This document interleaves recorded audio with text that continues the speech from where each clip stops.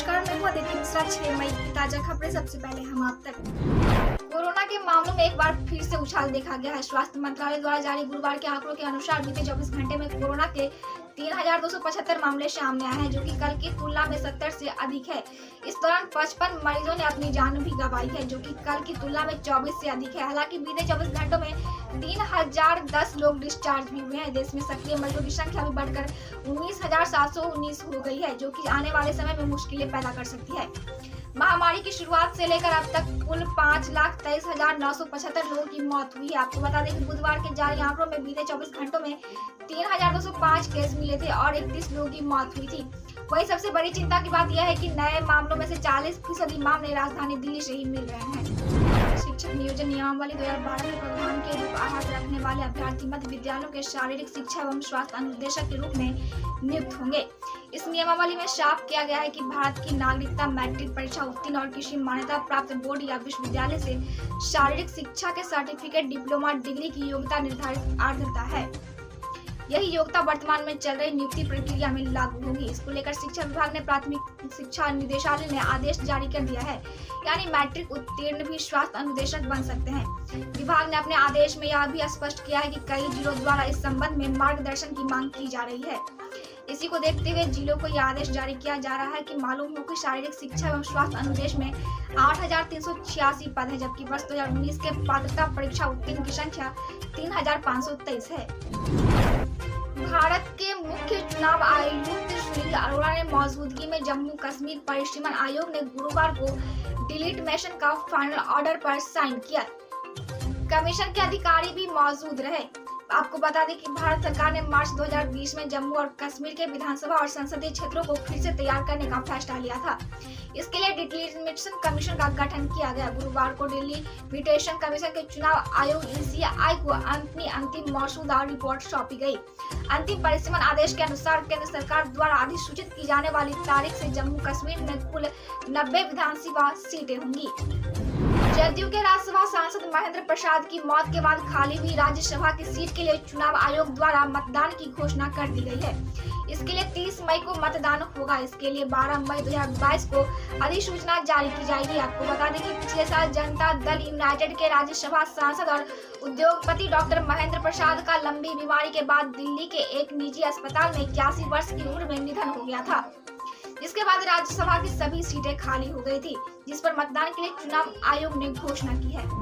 चुनावी रणनीतिकरण प्रशांत किशोर ने तमाम अटकलों पर विराम लगाते हुए गुरुवार को साफ किया कि वे कोई नया राजनीतिक दल नहीं बना रहे हैं।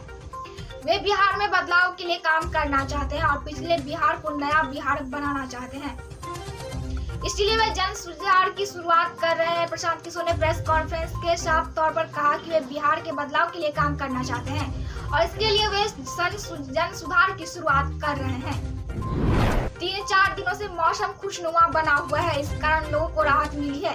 गुरुवार सुबह करीब 8 बजे पटना समेत कई जिलों में तेज आंधी और बारिश से मौसम बदल गया। काले घने बादलों से सुबह में अंधेरा पसर गया। बता दें कि फिलहाल पूरे प्रदेश में पूर्वा हवा का प्रभाव बना हुआ है, इससे मौसम खुशगवार है। पिछले 24 घंटे के दौरान प्रदेश में 9 जिलों में बारिश के आसार हैं। इसको लेकर मौसम विभाग की ओर से येलो अलर्ट जारी किया गया है। पूर्व व पश्चिम चंपारण, सीतामढ़ी, शिवहर, मधुबनी, औरंगाबाद, गया, नवादा और रोहतास जिलों के अलग अलग स्थानों पर मेघ गर्जन और बिजली चमकने के साथ हल्की बारिश के आसार हैं। वहीं प्रदेश के दक्षिणी भागों में 24 से 48 घंटों के दौरान तापमान के क्रमिक वृद्धि का पूर्वानुमान है। मौसम वैज्ञानिक की माने तो बिहार के ऊपर बनी ट्रफ लाइन व पूर्वा की मजबूत स्थिति होने के कारण मौसम में बदलाव देखने को मिला। प्रशांत किशोर ने बिहार की धरती से जन सुधार लाने की बात पर सबको चौंका दिया है। प्रशांत किशोर आज अपने फ्यूचर प्लान से पर्दा उठाने वाले हैं। हालांकि प्रशांत किशोर की पॉलिटिक्स एंट्री को लेकर बिहार के सियासी दिग्गजों की राय लगभग एक जैसी नजर आती है। लालू प्रसाद हो या मुख्यमंत्री नीतीश कुमार, तेजस्वी यादव हो या फिर भारतीय जनता पार्टी के नेता, सभी एक सुर में पीके को खारिज कर रहे हैं। सबका कहना है कि प्रशांत किशोर बिहार में ज्यादा कुछ नहीं कर पाएंगे। नीतीश कुमार और तेजस्वी यादव ने तो प्रशांत किशोर को नोटिस तक नहीं लिया, जबकि लालू यादव ने फॉल्स शो का किरदार बता रहे हैं। पूर्व डिप्टी सीएम सुशील कुमार मोदी ने भी कुछ ऐसे ही राय जाहिर की है कि बिहार का यह सियासी दिग्गज भले ही प्रशांत किशोर को इग्नोर कर रहे हो, लेकिन आज पीके की तरफ से होने वाले ऐलान पर सबकी नजर टिकी हुई है। रूस ने बुधवार को बताया कि उसने परमाणु मिसाइल हमले का एक अभ्यास किया है। रूस के मुताबिक परमाणु सक्षम स्तर मोबाइल बैलिस्टिक मिसाइल सिस्टम के इलेक्ट्रॉनिक लॉन्च का अभ्यास किया गया। इस अभ्यास में 100 से ज्यादा रूसी सैन्य बलों ने हिस्सा लिया। मॉस्को रूस ने बुधवार को कहा कि उसने सैन्य बलों को कैलिनिनग्राद के पश्चिम एलकेवे में नकली परमाणु सक्षम के मिसाइल हमले का अभ्यास किया है। रूस की ओर से ये बयान उस समय आया जब यूक्रेन में सैन्य अभियान चल रहा है। उसकी ओर से यह घोषणा यूक्रेन के सैन्य कार्रवाई के 70वें दिन की गई। यूक्रेन का रूस के हमले की कार्रवाई में अब तक हजारों लोग मारे जा चुके हैं। साथ ही यूरोप द्वितीय विश्व युद्ध के साथ से सबसे खराब शरणार्थी संकट से जूझ रहा है। इस युद्ध की वजह से करीब 1.3 करोड़ से अधिक लोग विस्थापित हुए हैं। मोतिहारी में बेखौफ अपराधियों ने दिन दहाड़े नगर थाना क्षेत्र के गायत्री मंदिर के पास बुधवार को सुबह 9:30 बजे एक शोरूम के मैनेजर को गोली मार दी।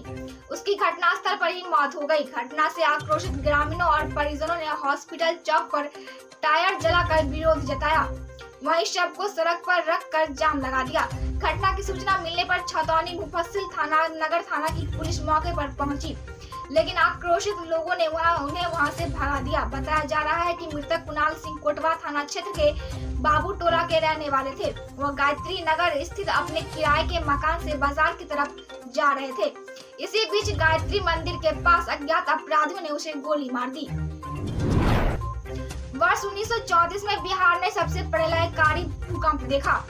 उस भूकंप से कोसी और मिथिलांचल को न सिर्फ बड़ा नुकसान हुआ, बल्कि आजादी के पूर्व जिन इलाकों में रेलगाड़ी चल रही थी वहां रेल लाइन पूरी तरह ध्वस्त हो गया।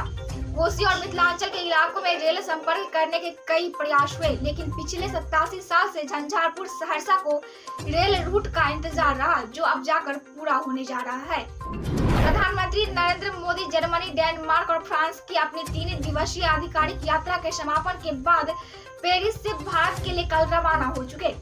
इस दौरान उन्होंने व्यापार, ऊर्जा और हरित प्रौद्योगिकी सहित कई क्षेत्रों के संबंध को बढ़ावा देने के लिए कई द्विपक्षीय बैठक किए। वहीं केंद्रीय गृह मंत्री अमित शाह कल से 2 दिनों के दौरे पर पश्चिम बंगाल जा रहे हैं। पिछले साल पश्चिम बंगाल में हुए विधानसभा चुनाव के बाद शाह पहली बार राज्य का दौरा करेंगे। साथ ही दिल्ली के शाहीन बाग, औखला, जामिया नगर, जसोवा व अन्य इलाकों में आलसित अतिक्रमण के खिलाफ अभियान चलाया।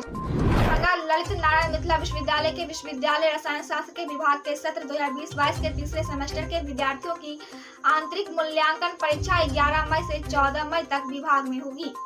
यह जानकारी विभागाध्यक्ष प्रोफेसर कुमोद कुमार झा ने दी है।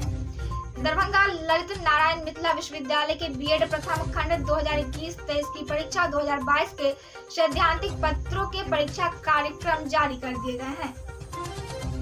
परीक्षा 18 से शुरू होकर 31 मई तक संपन्न होगी। प्रत्येक दिन परीक्षा 2 से 5 बजे तक होगी। परीक्षा के लिए सभी 4 जिले दरभंगा, मधुबनी, समस्तीपुर एवं बेगूसराय में कुल 7 परीक्षा केंद्र बनाए गए हैं। प्रत्येक परीक्षा केंद्र के साथ विभिन्न बीएड कॉलेजों को परीक्षा के लिए जोड़ा गया है।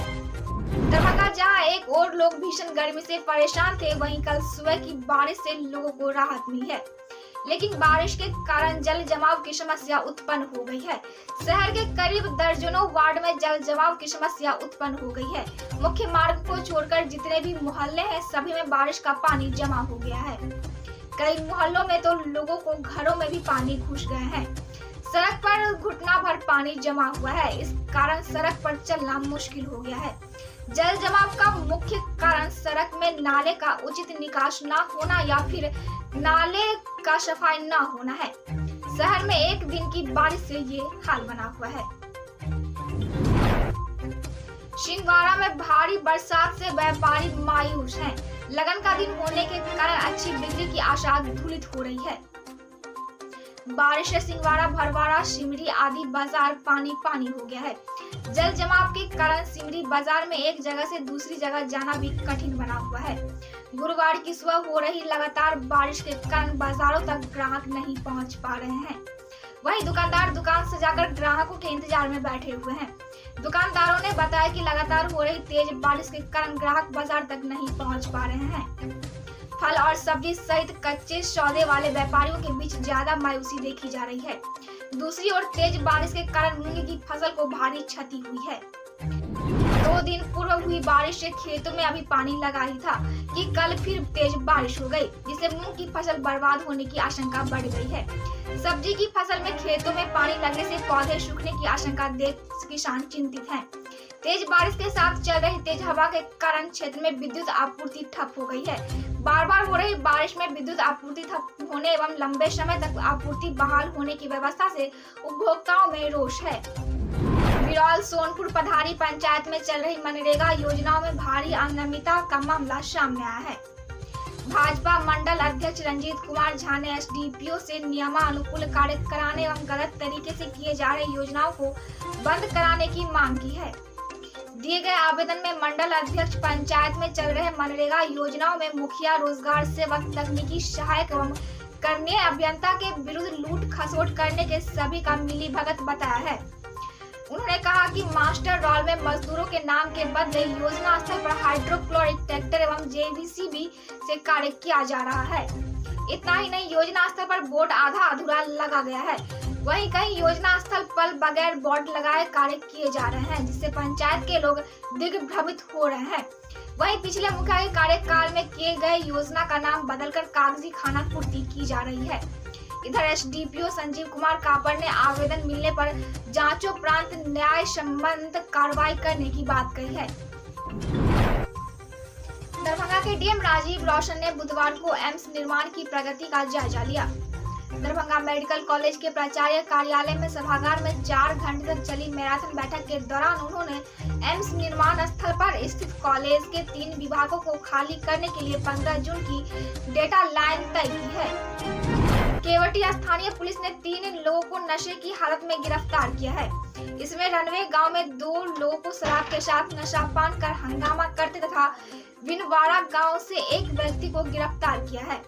थाना अध्यक्ष रानी कुमारी ने बताया कि रनवे गांव में राम रतन दास तथा चंदन कुमार दोनों को शराब के साथ नशे की हालत में पत्नी के साथ गाली गलौज करने के आरोप में गिरफ्तार किया गया है। उसके घर से सील टूटा हुआ 375 ml का एम्पीरियल ब्लू ग्रीन विस्की, जिसमें 250 ml शेष बचा हुआ था, के साथ गिरफ्तार किया गया है। वहीं बिनवाड़ा गांव में मदन पासवान को नशे की हालत में गिरफ्तार किया है। पुलिस तीनों का ब्रेथ एनालाइजर से जांच करने के बाद दोनों के खिलाफ थाना में एफआईआर दर्ज कर बुधवार को न्यायिक हिरासत में भेज दिया गया है। अब मुझे दीजिए इजाजत, मिलेंगे कल फिर नई खबरों के साथ। तब तक आप देखते रहें हम आप।